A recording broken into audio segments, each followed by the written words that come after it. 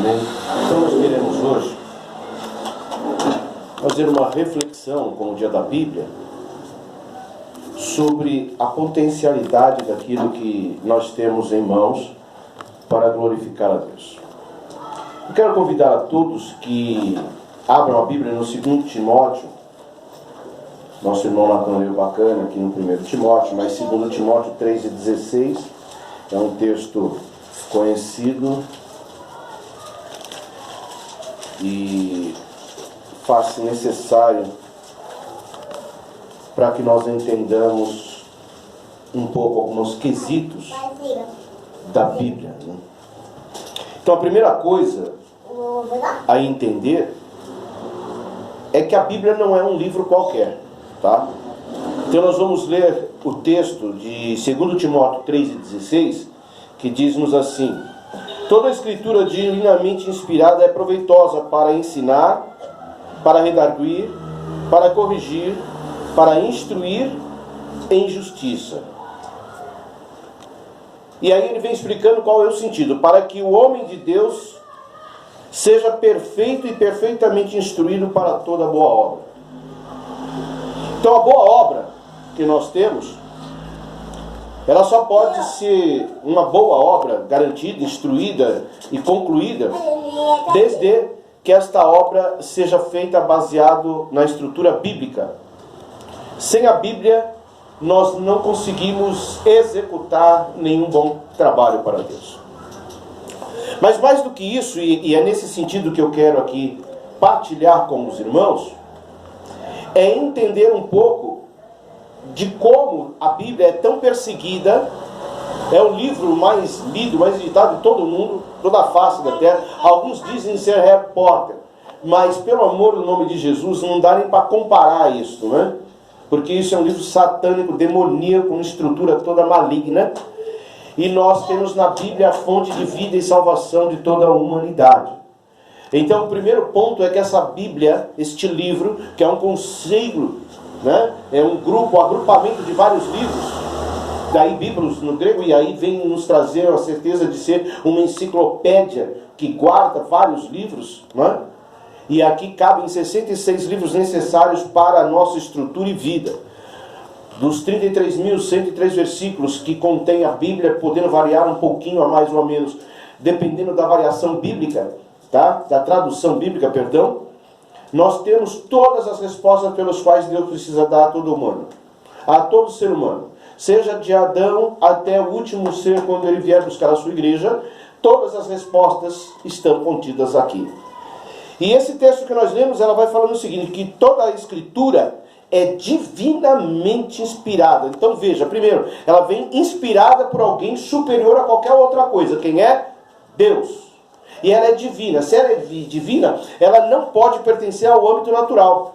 Nós não conseguimos ler, estudar, meditar, compreender a Bíblia sem uma visão espiritual.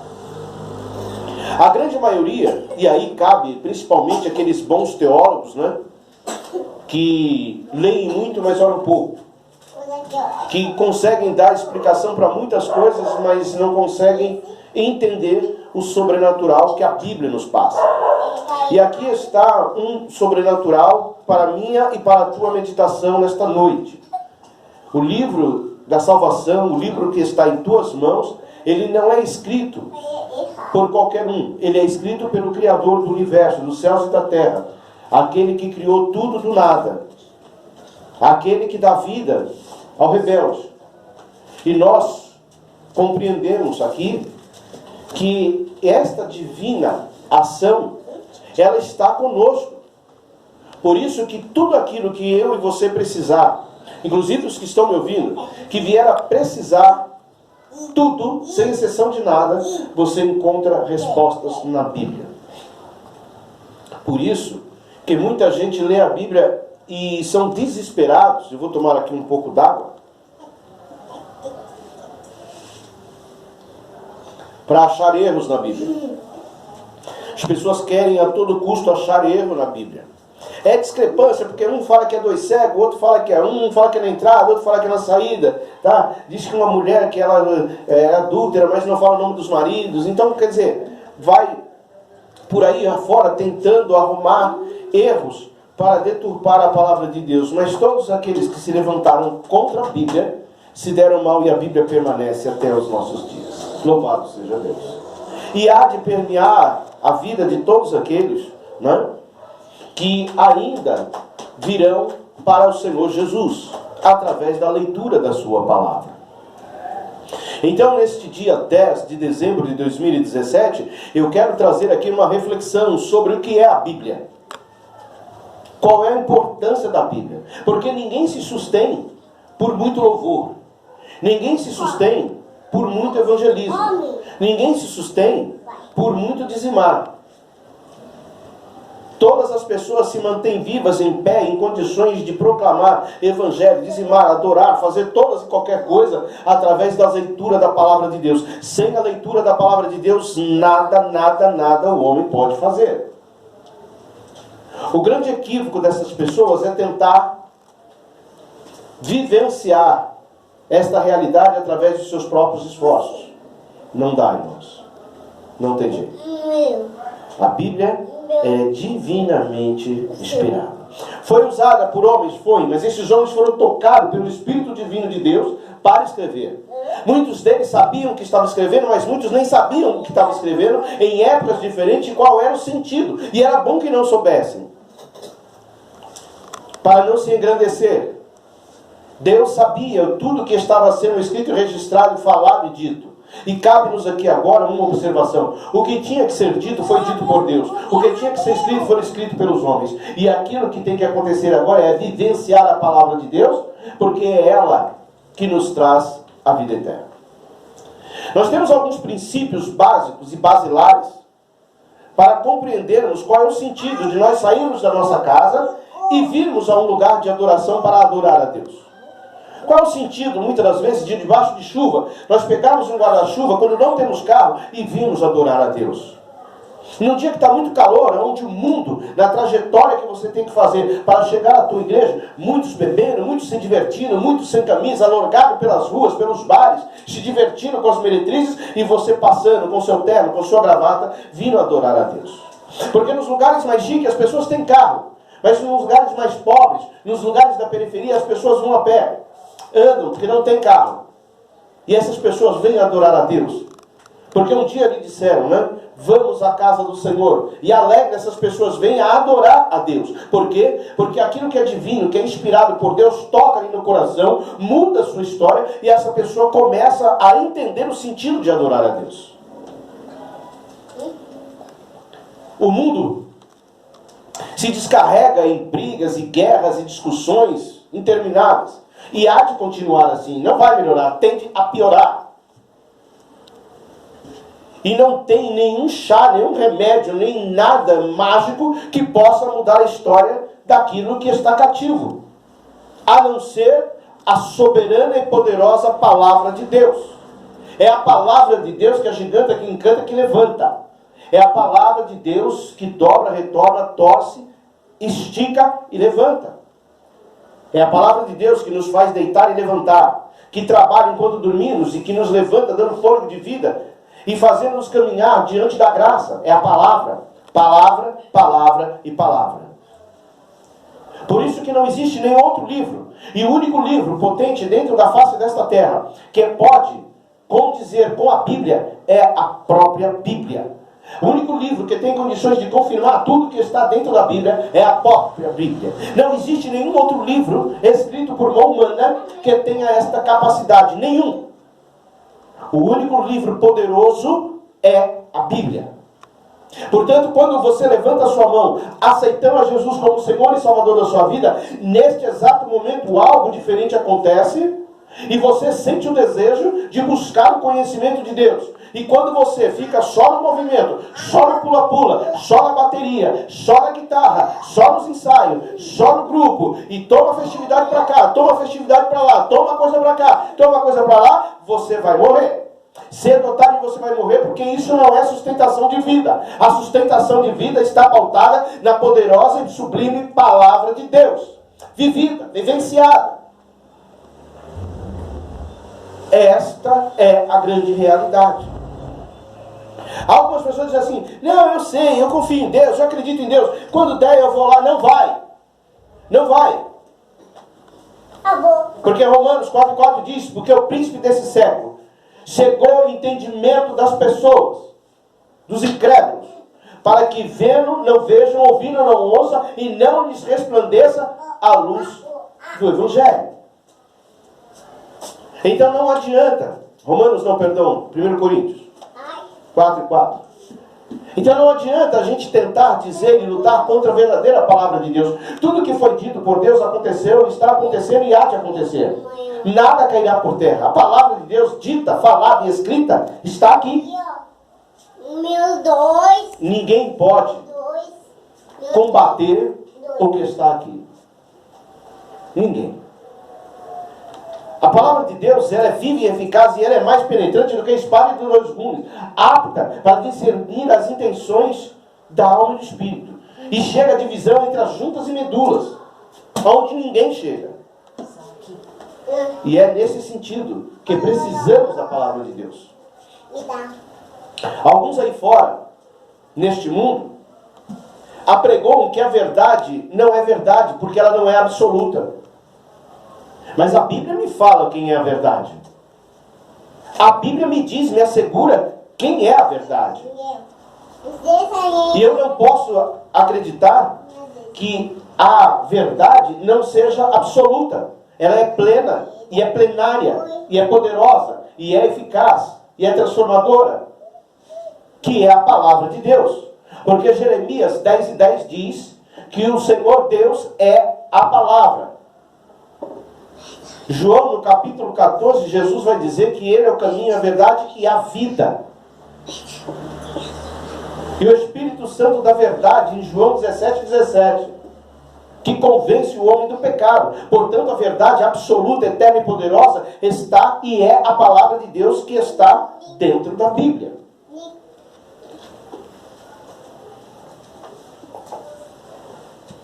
Temos muitas tristezas, muitas decepções, porque não vivemos com a Bíblia. Porque quando você estiver triste, que você for buscar a Bíblia, e você for de uma forma quebrantada, e pedir a Deus, Ele vai falar contigo, Ele vai entrar no teu ser, e quando você vê, você está chorando e quebrantando. Quantas foram as vezes que eu lendo a Bíblia, eu derramei lágrimas, porque fui tocado pelo poder da palavra de Deus. É o próprio Deus entrando aonde está a ferida, a mágoa, a decepção, a tristeza, e arrebentando, aniquilando, tirando para fora e dando alegria. Glória a Deus. Glória a Deus. Jesus, Ele nos deu algumas pistas sobre isso. Eu quero convidar você que leia comigo Mateus 22 e 29. Evangelho segundo escreveu Mateus 22 e 29. Para a gente ver aqui por que acontece tantas coisas no mundo. Jesus, porém, respondendo, disse-lhes: errais, não conhecendo as Escrituras, nem o poder de Deus. Notemos que Jesus aqui, ele está fazendo uma citação do Salmo 47 que nós vamos ler. Mas a primeira observação que Jesus dá, por que um povo, uma nação, anda errada? Anda fora dos padrões de Deus. Porque não conhecem as Escrituras. Portanto, as Escrituras é o norte, é o meio norteador, não só do ser humano, mas aquele ser humano que compõe toda uma nação. Por isso que a Bíblia vai dizer: feliz a nação cujo Deus é o Senhor. E quando essas pessoas começam a buscar o centro, a certeza, as coisas certas, ela não erra. Porque a Bíblia não erra. Eu posso errar, você pode errar, o mundo pode errar. Mas a palavra de Deus não erra. Deus não erra, porque Ele é Deus, Senhor dos senhores. Mas Ele traz aqui também uma curiosidade. Por não conhecer. Ele não diz que você tem que ser teólogo, mas ao menos conhecer. Saber que é a Bíblia. Quem escreveu, por quem escreveu, qual é a dosagem, qual a divisão de salmúdica, qual é o livro do Gênesis, como começa, onde foi, o que é um Pentateuco. Conhecer. Você precisa. Porque antes de você estudar no colégio, você precisa pelo menos conhecer, saber onde é o colégio, para você chegar até lá e aprender. É a mesma coisa. Você precisa chegar-se à Bíblia, chegar-se até o escritor, o autor, o dono, e perguntar a ele como é que você vai aprender. A Bíblia nos instrui, para quem quer sabedoria, peça ao Senhor. E nós não podemos ler a Bíblia somente no enfoque de sermos leitores. Mas Tiago vai nos dizer para que nós não sejamos somente leitores, mas principalmente praticantes. E o sentido da prática, o exercício da prática, vai nos trazer a aniquilação do erro. Erreis por não conhecer as Escrituras. E é interessante quando Jesus diz isso, por quê? Porque ele nos deixa claro aqui.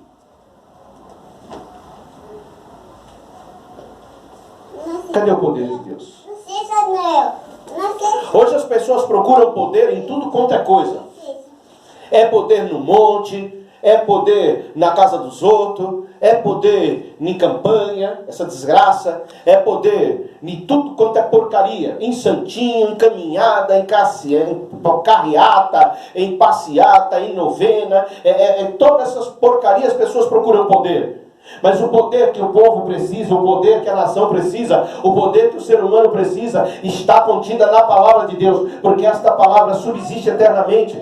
Esta palavra, ela não volta atrás. Antes ela apraz ao que sai. E se ela saiu e chegou até você, ela vai quebrantar, vai quebrar, vai arregaçar, vai destruir, vai desfazer todo o laço do passarinheiro, tudo aquilo que existe de trevas. Vai começar a virar luz, porque este é o poder de Deus. O poder que levanta aquele que está caído, que levanta o que está abatido, que levanta o drogado, que levanta o viciado, que levanta o prostituto, que levanta todo mundo. É a palavra e a palavra.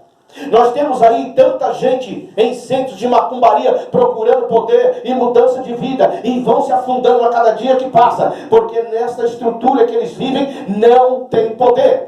Tem pessoas procurando poder e vida agraciada em shopping center, em lugares de cinema, mas a palavra de Deus é a única que entra aonde está o sofrimento e muda a história da pessoa. É a palavra. E por que esta palavra ela é tão difícil de mudar a história na pessoa? Porque as pessoas não procuram a Deus. Olha só o que o salmista escreveu no verso 47. Salmo 40, verso 7.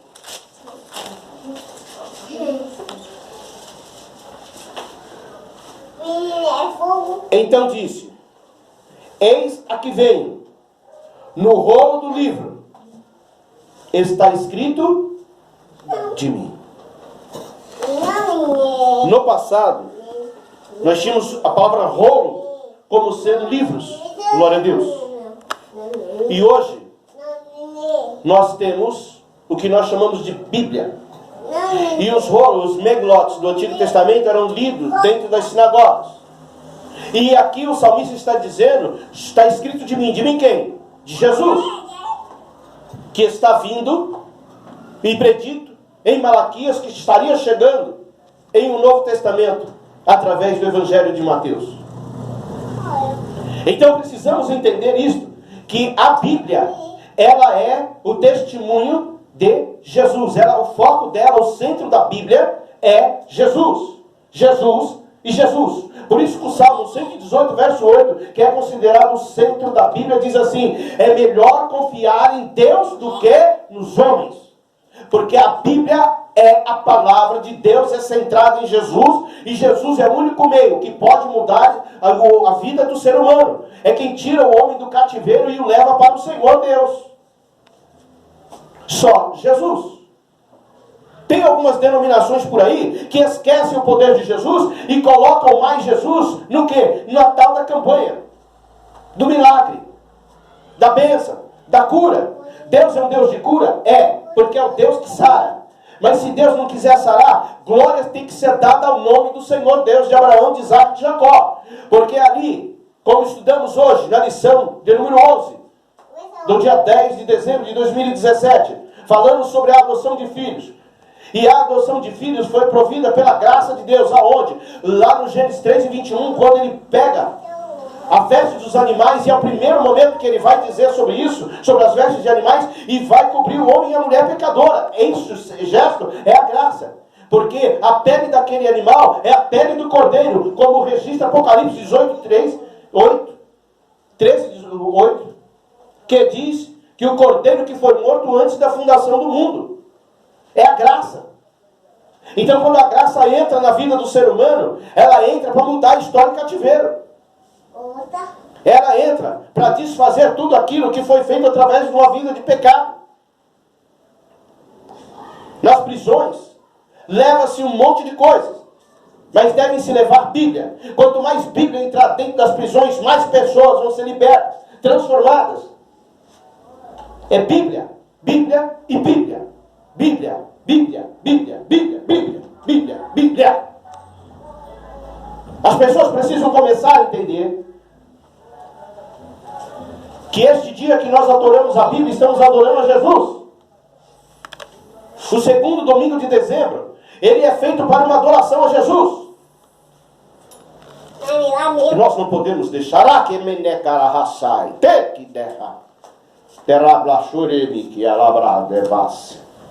não podemos simplesmente ser promíscuos de pensar que outro meio pode livrar o homem do pecado. Porque o que assola a vida de um ser humano é o pecado.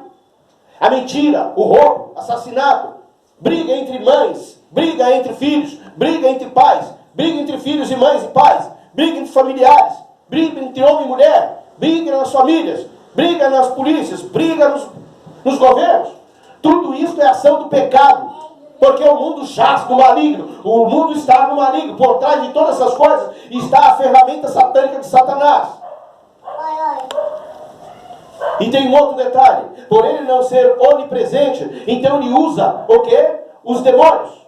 Os seus auxiliares que estão aí para infernizar a vida daqueles que são os seguidores de Jesus Cristo. E Paulo vai nos dizer assim: ó Satanás, tu não cansas, tu não cessas de seguir e atrapalhar os retos caminhos dos santos do Senhor. E ele está justamente para fazer isso. Porque é tão difícil a gente conseguir adorar a Deus. Demônio que atrapalha.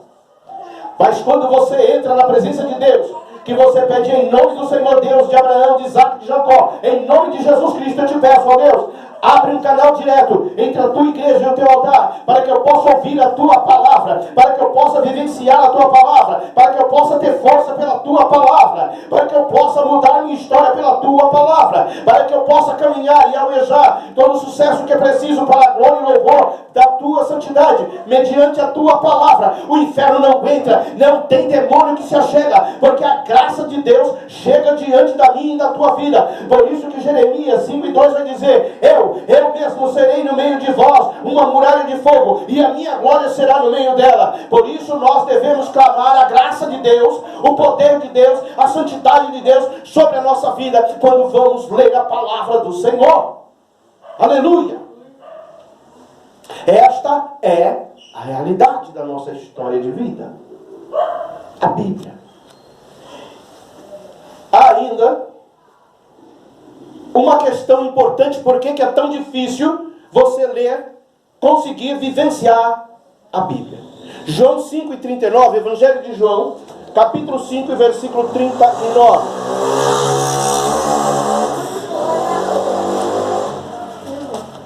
Olha, por que é tanta luta para você ler a Bíblia? Examinai as Escrituras, porque vós cuidais de ter nela a vida eterna, e são elas que de mim testificam. Testificar é testemunhar. E a Bíblia toda ela, num consenso geral, ela está testificando de Jesus, como foi dito. E Satanás sabe isso, a potestade do ar sabe disso. Quando Jesus chega ali perto daquele endemoniado gadareno e diz assim: Jesus, filho do Deus Altíssimo, Que tem, Senhor, comigo? Não é chegar a tua hora. Ele reconhecia, ele sabia quem era Jesus e qual era o propósito de Jesus. E os demônios sabem que quando você para ler a palavra de Deus, você vai se acertar com Jesus, porque Jesus é poderoso para mudar a história de qualquer um. Examine, pegue a leitura, comece a vasculhar, a leia, procure um dicionário, procure alguma coisa, vá se interessando. Porque você examinando, você vai se aprofundar e vai ser como tantos e tantos incrédulos que liam a palavra do Senhor e não acreditavam. E quando começaram a examinar as Escrituras, o poder de Deus, se converteram. Augusto Cury não conhecia os maiores psicólogos. E quando ele começou a estudar a pessoa e as falas de Jesus, ele chegou à conclusão que Jesus não era humano, que Jesus era divino e poderoso e glorioso e transformou a sua vida, e ele não para de estudar Jesus. Por isso, no ano de 2018, eu levantei ao meu coração, eu como teólogo vou estudar e aprofundar somente nas Escrituras sobre Jesus, vou estudar a cristologia o ano inteiro, não vou sair da linha cristocêntrica, vai ser só Jesus, Jesus, Jesus. Examinai as Escrituras, porque elas de mim testificam. Quando você sabe disso, você vira uma pessoa que começa a dar testemunho de Jesus, e bom testemunho, não mau testemunho, bom testemunho. Queridos e amados irmãos, quem quer conhecer a Bíblia, e na teologia nós estudamos bibliologia, é a minha disciplina favorita, tem que ler o Salmo 119. O Salmo 119 é todo ele Bíblia. Então nós vamos agora discorrer e transcorrer no Salmo 119.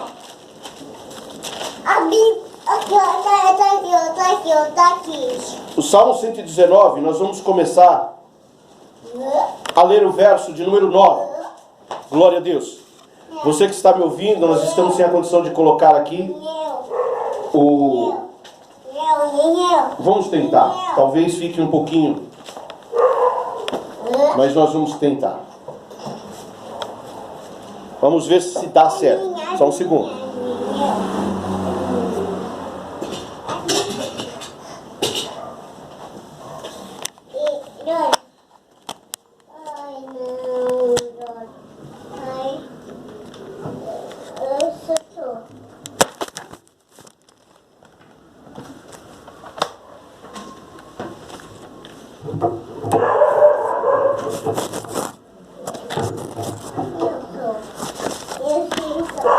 Glória a Deus. Acho que ficou melhor aí para você acompanhar. Salmo 119, verso 9, diz-nos assim: como purificará o jovem no seu caminho, observando-o conforme a tua palavra. Note que aqui o salmista está dizendo sobre jovem, não está falando sobre velho. Por que nossos jovens estão tão desgarrados da palavra de Deus? Porque eles estão longe da Bíblia.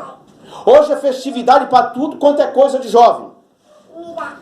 Mas nós não temos ninguém ensinando jovem sobre as Escrituras. Hoje nós não encontramos pessoas que estejam dispostos a colocar os nossos jovens em leitura bíblica e oração, santificação. E o resultado é uma geração corrupta. É uma geração acabada. Uma geração que vive, infelizmente, fora dos padrões divinos e eternos. Eu quero, meus irmãos, proclamar a todos os líderes que estão nos assistindo, vendo e que verão esse vídeo, a trabalhar com a Bíblia na vida dos jovens. No verso 11 ele diz assim, ó: escondi a tua palavra no meu coração, para eu não pecar contra ti. A palavra esconder é um pouco agressiva e muda um pouco o foco do que verdadeiramente está querendo dizer. Mas esconderijo é uma coisa muito pessoal, onde só você está. E o que o salmista está dizendo aqui é que você pega a palavra de Deus de uma maneira muito íntima, muito pessoal, e guarde no seu coração. O coração é o centro das emoções, tido assim. E Deus assim o sabe. Por isso que ele diz o seguinte: filho meu, dá-me o teu coração, porque dele procedem os caminhos da vida e da morte. Ter a palavra de Deus dentro do seu coração é ter a certeza que a fonte de vida está dentro de você. E glórias devem ser dadas ao santo, poderoso e glorioso nome do Senhor Deus. O salmista, no 119, ele vai para o 16, verso 16, dizendo: alegrei-me nos teus estatutos, não me esquecerei da tua palavra. Quem se alegra com a Bíblia, com a vida, com a presença, com a glória do Espírito Santo, de Deus o Pai e Filho, não consegue ficar longe. Ele tem que se alegrar. Por isso que Paulo, ele escrevendo aos Filipenses, ele fala assim: alegrai-vos. Outra vez eu vou te dizer, alegrai-vos. Que alegria é essa de tanto sofrimento que norteia a vida de um homem? E ele vai dizer: alegrai-vos. Porque a palavra está dentro dele, a palavra está dentro dele trazendo alegria. Por isso que ele vai dizer: nos meus sofrimentos, nas minhas perseguições, eu tenho alegria, regozijo. Por isso que nós não encontramos tantas pessoas felizes no mundo hoje.